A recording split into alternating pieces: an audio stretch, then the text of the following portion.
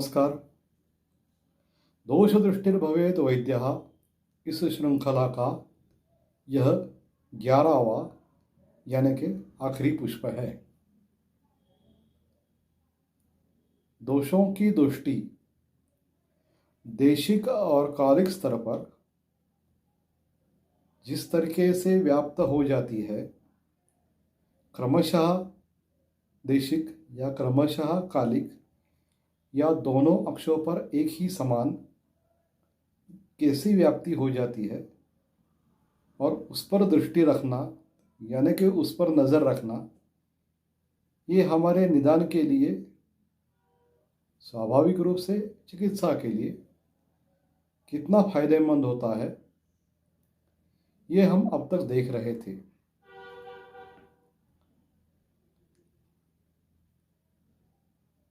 तर्क सिद्ध कह सकते हैं ऐसी संचय अवस्था से लेकर भेद अवस्था, तत्पश्चात अरिष्ट लक्षणों की अवस्था, यहाँ तक का हमने प्रवास एक देशिक और कालिक स्तर पर देख लिया। ये हमारा एक भाग था। उसके बाद हमने पिछले लेक्चर में ऐसा देखा कि उक्त जो व्याधि है, ज्वर है, रक्तपित्त है, प्रमेह है, उनके निदान की स्वाभाविक रूप से उनके चिकित्सा का वर्णन तो ग्रंथों में आया है, पर हमारे सामने जब रुग्ण आते हैं, वो जरूरी नहीं कि वो ग्रंथोक्त निदान ही लेकर आए हैं। तो उनका निदान हमें अपने ऊह तंत्र युक्ति से करना पड़ता है। तो इसके लिए हमने एक उदाहरण देखा कि अगर एक दाह लक्षण बताने वाला रुग्ण हमारे पास आ जाता है, तो उनका व्यवच्छेद करने के लिए, दोषों की दृष्टि उस पर डालने के लिए हमें कितने विकल्प उपलब्ध है और उनको सब विकल्पों को ध्यान में रखकर एक अच्छी तरीके के निदान पर जाने के लिए हमें क्या क्या करना पड़ेगा, इसकी चर्चा हमने पिछले व्याख्यान में की थी। तो ये दोष दृष्टि का एक भाग हो गया। आज जो मैं चर्चा करने जा रहा हूं वो थोड़ी और ही अलग बात है। संक्षेपतः उसको हम अतिदेश कह सकते हैं, इंग्लिश में एक्स्ट्रापोलेशन। यानी कि यहाँ पे जो हमें तात्विक ज्ञान मिला है, उस तात्विक ज्ञान का ऐसी जगह इस्तेमाल करना, शास्त्र सिद्ध तर्क से इस्तेमाल करना कि जो समस्या हमें आज तक ग्रंथों में कहीं दिखाई नहीं दी है। तो ग्रंथों में नहीं दिखाई दी है, इसका मतलब हम उसको अनुक्त कहते हैं। हम ऐसे नहीं कहते शास्त्रीय परिभाषा में कि ये नया है, हमारे लिए वो अनुक्त होता है, क्योंकि ग्रंथों में नहीं बताया गया है तो अनुक्त हो गया। उक्त है और अनुक्त है। तो ऐसे जो अनुक्त क्षेत्र है उसमें दोष दृष्टि का कैसे विवरण किया जाएगा, दोषों पर जो दृष्टि डालनी है वो किस तरीके से हो सकती है, ऐसी अतिदेशात्मक चर्चा आज हम करेंगे।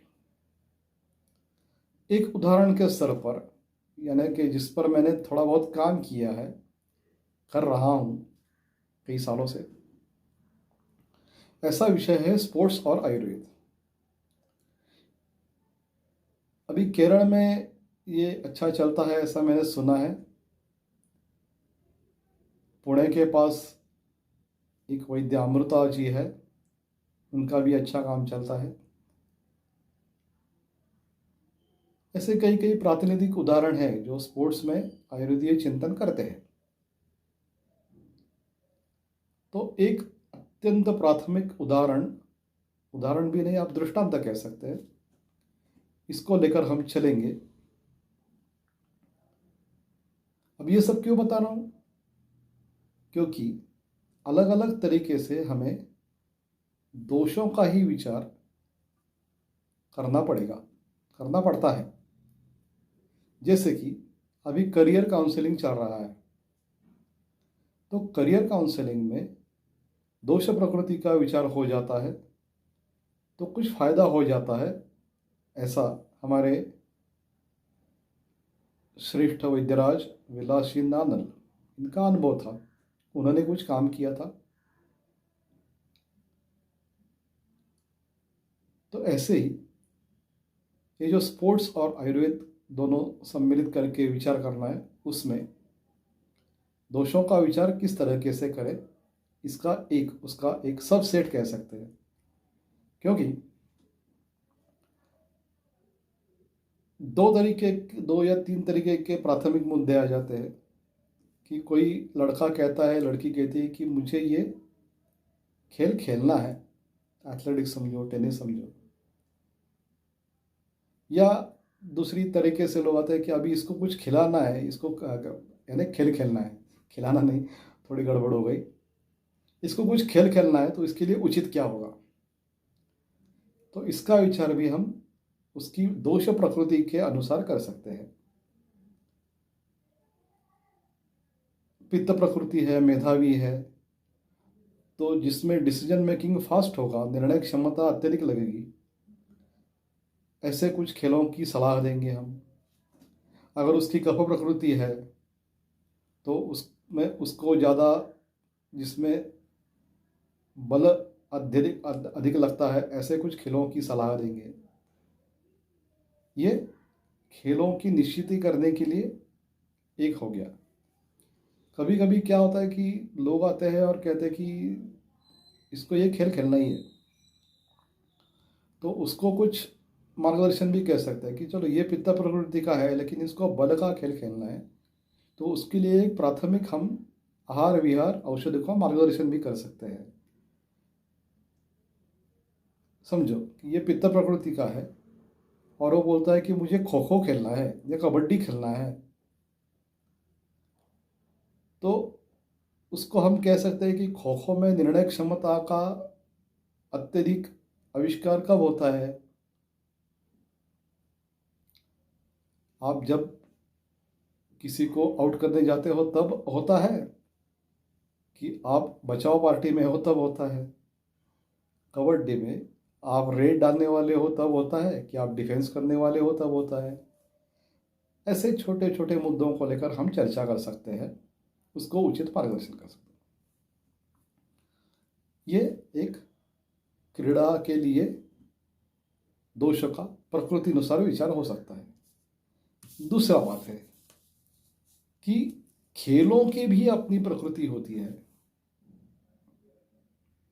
थोड़ा अजीब लग रहा है, मैं थोड़ा सा उदाहरण लेकर समझाता हूँ कि खेलों की भी अपनी अपनी एक प्रकृति होती है।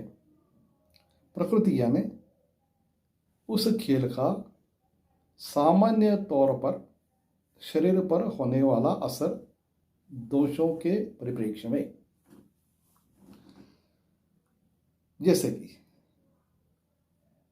100 मीटर दौड़ लगाने से समझो सिर्फ वात वृद्धि हो जाएगी, 200 मीटर दौड़ लगाने से वात वृद्धि सामान्य रूप से नहीं होगी, तो वात वृद्धतर हो जाएगा। 400 मीटर दौड़ लगाता है तो वात वृद्धतम हो जाएगा, उसी के साथ कफ क्षीण हो जाएगा, उसी के साथ पित्त वृद्ध हो जाएगा। 800 मीटर की दौड़ लगाता है कोई तो वात वृद्धतम, कफ क्षीणतर, पित्त वृद्धतम, ऐसी दोष विकल्पना हो सकती है। और कोई 1500 मीटर की दौड़ लगाता है तो वात वृद्धतम, कफ क्षीणतम और पित्त वृद्धतम, ऐसी उसकी खेल की अपनी अपनी प्रकृति हो जाती है। उसका परिणाम इस स्वरूप दिखता है। पुनः एक बार बताता हूँ कि 100 मीटर दौड़ने से सिर्फ वात वृद्धि होगी, 200 मीटर दौड़ने से वातवृद्धतर हो जाएगा। 400 मीटर दौड़ने से वातवृद्धतम, कफ क्षीण और पित्तवृद्ध हो जाएगा। 800 मीटर दौड़ने से वातवृद्धतम, कफ क्षीणतर और पित्तवृद्धतम हो जाएगा। 1500 मीटर दौड़ने से वातवृद्धतम, कफ क्षीणतम, पित्तवृद्धतम हो जाएगा। तो अभी हमने अगर ये दोषक की विकल्पना लिख ली तो आप इसका अतियोग का परिणाम क्या हो सकता है, उसके लिए दैनंदिन आहार विहार औषधि क्या होनी चाहिए, उसके प्रैक्टिस सेशन के दरमियान आहार विहार औषधि क्या होनी चाहिए, उसको जिसको वो उनकी परिभाषा में रेस्ट पीरियड कहते हैं, जब कॉम्पिटिशन्स नहीं हो रही उस समय उनका आहार विहार औषधि क्या होनी चाहिए, इसका मार्गदर्शन हम कर सकते हैं। अब जब कंपटीशन होती है उस दिन में तो ऐसे होता है कि उनके 4-5 सत्र भी हो सकते हैं, प्राथमिक हो गया, अंतिम हो गया, उपांत्य हो गया, जो भी है।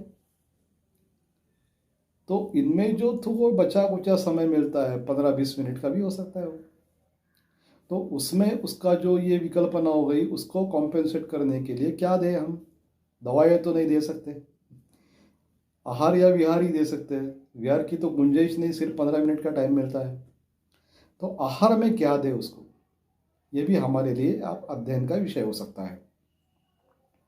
मैं कुछ मेरे अनुभव बताता हूँ ताकि एक आपके पास एक दृष्टांत रूप मार्गदर्शन हो जाए। एक 16 वर्षीय कन्या थी, 100 मीटर की अत्यंत मान्यवर कन्या थी, और इतनी मान्यवर थी कि उस उम्र के लड़के भी उसके साथ नहीं भागते थे, बहुत ही मान्यवर थी। एक दिन मुझे रात को 10:30-11 बजे फ़ोन आ गया कि उसके रजब प्रवृत्ति शुरू हो गई है, वापिस शुरू हो गई है। तो मैंने पूछा पहले कब आई थी, तो उन्होंने बताया अभी 4 दिन ही उसके रजब प्रवृत्ति का काल हो गया, लेकिन ये आज से शुरू हो गई वापस, और अभी शुरू हुई। तो हम जरा चिंतित है कि परसों तो उसको भागना है, प्रतियोगिता में भागना है, और वो हमारी उच्चतम खिलाड़ी है। तो मैंने कहा पहली तो बात आप छोड़ दीजिए कि ये रजब प्रवृत्ति नहीं है, ये मूत्रगत रक्त प्रवृत्ति हो सकती है। तो आप कुछ ये दवाई मैंने सुझा दी और बोला कि सुबह ज़रा स्त्री रोग चिकित्सक से ज़रा एक परीक्षण करवाओ। तो सुबह उन्होंने एक परीक्षण किया और बोला कि बिल्कुल सही कहा आपने, वो मूत्रगत रक्त था, न कि रजब प्रवृत्ति शुरू हुई थी। तो जो बाकी जो विद्यार्थी थे उन्होंने पूछा कि ये गुरुजी आपने इतने रात 10:30-11 बजे ये निदान कैसे किया। तो मैंने कहा कफमेध प्रसादत वृक्कौ, ये लड़की 100 मीटर के स्प्रिंट अगर रोज 25 लगाती है तो उसका असर, और वो स्टार प्लेयर है, तो ये 100 मीटर की दौड़ के स्प्रिंट बोलते हैं उसको, ऐसे स्प्रिंट दिन में 25 लगाती है, और बाकी जो भागदौड़ करती है वो तो अलग। और उसके बाद ये उसके अनुसार जो कफमेध क्षय होगा उसकी भरपाई करती नहीं है, तो क्या होगा, वृक्कों पर असर होगा ही ना। तो ये मेरा तर्क सही था। तो उसके बाद उन्होंने पूछा कि अब इसको क्या करूं मैं, जो मार्गदर्शक थे संस्था के। मैंने कहा उनको विरुद्धन ना आप शुरू करो। अब ये थोड़ी अलग बात है कि स्पोर्ट्स में विरुद्धान्न, इस पर कभी स्वतंत्र से बात करूंगा। मैंने एक लेख लिख लिया है, तो मैंने उसको विरुद्धान्न कह दिया और बोला जब तक कंपटीशन है तब तक उसको सेब और दूध खिलाओ, केले और दूध खिलाओ, जितना भी विरुद्धान्न है। अब उसका क्लेद मजबूत तैयार करो, जितना भी क्लेद हो सकता है उतना तैयार करो। और उसको एक्सपेरिमेंट करने दो, ठीक हो गया। ये एक बात। अब दूसरी एक केस बताता हूँ। 15 साल का लड़का था, कुश्ती का प्लेयर था, अच्छा था, बड़ा होनहार लड़का था, पर हर स्पर्धा में वो चौथा आता था क्योंकि उसकी जो ताकत टिक नहीं पाती थी। तो संस्था के जो वहाँ के मान्यवर अध्यक्ष थे, उन्होंने मुझे पूछा कि ये हमारी सिर्फ दिक्कत है। तो मैंने उसका निदान किया। अनग्निजन्य कफ क्षीणतम वातवृद्धतर। अनग्निजन्य, क्योंकि ये जो अहो जिसको कहा है वो तो अनग्नि स्वेद है ना, तो उसके कारण हुआ है कफ क्षीणतम और वातवृद्धतर। ऐसा उसका निदान किया। दवाइयाँ तो नहीं दे सकता मैं, प्रतियोगिता के दरमियान दवाइयाँ नहीं दे सकता क्योंकि उनका ये परीक्षण होता है। तो उसको मैंने पूरा कुछ उसका निदान करके उसको मैंने कहा कि हर एक उसकी कुश्ती जो होती है ना, क्या होता है उनका, शुरू होती है सुबह 7 बजे। तो ये पहला बाउट जीतता है तो एक राउंड आगे जाता है, दूसरा जीतता है तो ऐसा जो आखिरी वाला राउंड होता है उपांत्य या अंत्य, वो 11-12 बजे तक होता है उसका। 40 एक प्रतियोगी रहते हैं, तो एक एक एक को जीतते के ऊपर आ गया। तो मैंने कहा इसका हर एक बाउट, ये उनकी तांत्रिक संज्ञा है, बाउट कहते हैं, सत्र बोलते हैं हम। तो हर एक सत्र होने के बाद उसको 20 ग्राम का एक उड़द का लड्डू खिला दो। वहाँ पे जो उनकी जो स्थानिक वैद्य थे उनको मैंने कहा कि इसके लिए उड़द के लड्डू बनाओ, तो खाने में कोई ऐतराज़ नहीं है, और विश्रांति दे दो उसको, सोने को कहो उससे। 20 ग्राम का उड़द का लड्डू खिला दो। तो ये जो लड़का था वो शायद रौप्य पदक जीत गया, जो हर बार चौथा आता था, ये रौप्य पदक जीत गया। और अचरज की बात यह है कि उसने वो पदक जो है, उनकी जो वैद्या थी वहाँ पे, उसको जाकर पहनाया कि ये आपके कारण हुआ है। तो ये कुछ अच्छे उदाहरण है, उसके उदाहरण है मात्र है। एक व्यापक कार्य मैंने जैसे कहा कि अमृता जी ने बहुत अच्छा काम किया है, उसकी डॉक्टरेट भी है उसके काम पर, आप जरूर उनसे विमर्श कर सकते हैं। और एक बात बताता हूँ, जैसे उसी संस्था में मैं सलाहकार था, तो उन्होंने एक सामान्य एक मुझे बात कही कि ये हमारे कुश्ती वाले लोग हैं ना, बहुत थक जाते हैं। तो मैंने देखा तो वो कुश्ती के बाद उनको जो स्थानिक उनका वैद्य था, हृदय चिकित्सक था, वो उन सबको बाष्पस्वेद देता था। तो मैंने कहा यार ये बाष्पस्वेद क्यों दे रहा है तू? तो उन्होंने कहा सर वातस्य उपक्रम स्नेहा स्वेद संशोधन मृदु। मैंने कहा ऐसी बात है, ये जो कुश्ती है वो भी अनग्नि स्वेद ही है, तो अनग्नि स्वेद के बाद आप अग्नि स्वेद क्यों दे रहे हो? देना ही है उसको तो अवगाह स्वेद दे दो। तो उन्होंने बदल कर दिया, तो उसका अच्छा परिणाम दिखने लगा। अब ये कैसे हो गया सब कि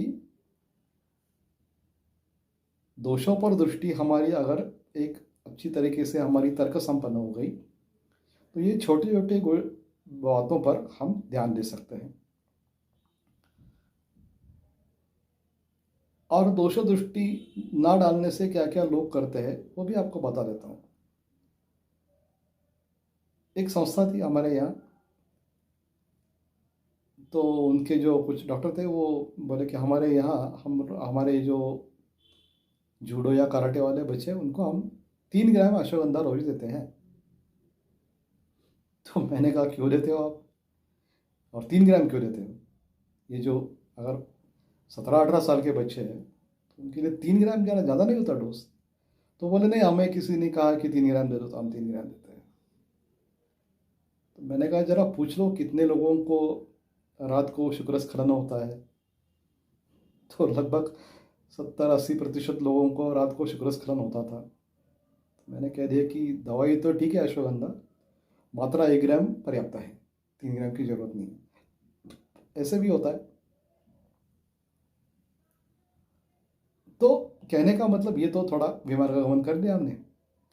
कहने का मतलब है कि जैसे स्पोर्ट्स है, तो स्पोर्ट्स में आप उसको उसका क्रीड़ा प्रकार तय करने के लिए मदद कर सकते हैं, दोषों के अनुसार, प्रकृति के अनुसार। तो इसके लिए आपको चाहिए कि उस व्यक्ति की प्रकृति क्या है और उस खेल की प्रकृति क्या है। जैसे कि क्या होता है, देखो आप बताता हूँ मैं। ये राइफल शूटिंग वगैरह करते हैं, तो राइफल शूटिंग वगैरह जो करते हैं उनका जो एक पहनावा होता है वो ही 10 किलो का होता है। तो आप किसको बताएंगे कि ये राइफल शूटिंग के लिए आप जाओ? आप किसी दुबले पतले लड़के को तो नहीं बोल सकते कि जाओ जाओ यार करो राइफल शूटिंग, क्या लगता है उसमें? वो पहनावा ही अगर उनका 10 किलो का होता है और वो पहनावा पहनकर उनको एक एक दो दो घंटे खड़े रहना पड़ता है, तो उनकी बात अलग है।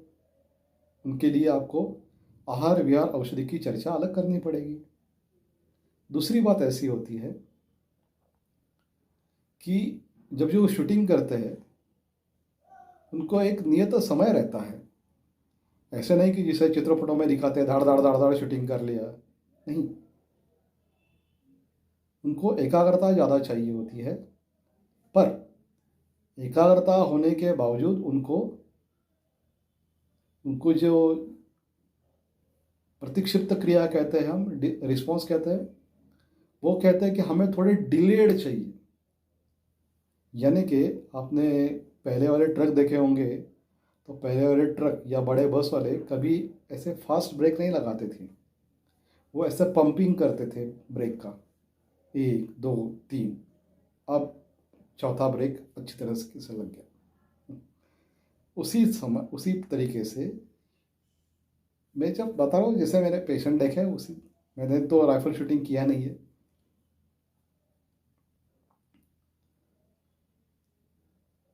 तो ये बात है कि उनको डिलेड रिस्पॉन्स लगता है। तो सवाल ये है कि उनको दही खिलाओगे कि नहीं? मेरे हिसाब से तो खिलाना पड़ेगा। बुद्धिमान देकर है तो खिलाना पड़ेगा। वो अगर बहुत शार्प हो गए तो शार्प आती है एक्टिव, ओवर एक्टिव रिस्पॉन्स नहीं चलेंगे उनको, ये भी बात है। तो कहने का तात्पर्य या टेक होम मैसेज जिसको कहते हैं वह इतना ही है कि दोषों की दृष्टि और दोषों की दृष्टि दृष्टि पर दृष्टि हम सामान्य हमारे प्रैक्टिस में हो सकती है। जो उक्त व्याधि नहीं है, अनुक्त व्याधि है, उसमें भी हो सकती है। और जो क्षेत्र हमारे सामने कभी आए ही नहीं है आज तक, ऐसे क्षेत्रों पे अगर मार्गक्रमण करना है तो भी ये दोषों की दृष्टि हमें व्यापक कुछ दे सकती है। तो संक्षेप में आज इतना ही। ये सब जो श्रृंखला हुई उसमें आपको कुछ मिला होगा, ऐसा ऐसी मेरी इच्छा है। विद्याभूषण गणेश शास्त्री जोशी जी, जिन्होंने ये संदेश दिया कि दोष दृष्टिर भवेत वैद्य, वो कितना व्यापक था, वो इसके कारण आपके साथ साझा करने की मुझे एक अवसर मुझे प्राप्त हुआ। अच्छा लगा। आगे भी मेरे कुछ वीडियो आते रहेंगे, हमारे साथ बने रहिए। मेरे चैनल को अवश्य सब्सक्राइब कीजिए। अगर आपके कुछ सुझाव है, शंका है, ज़रूर संपर्क कीजिए। मेरा ईमेल आईडी आपके साथ मैं साझा कर रहा हूँ, उस पर आप ज़रूर भेज सकते हैं। अगर फ़ोन पर या व्हाट्सएप पर आप भेजिए तो कृपया अपना नाम और आपका संदर्भ थोड़ा भेज दीजिए। नहीं तो क्या होता है कि बहुत सारे ऐसे आते हैं और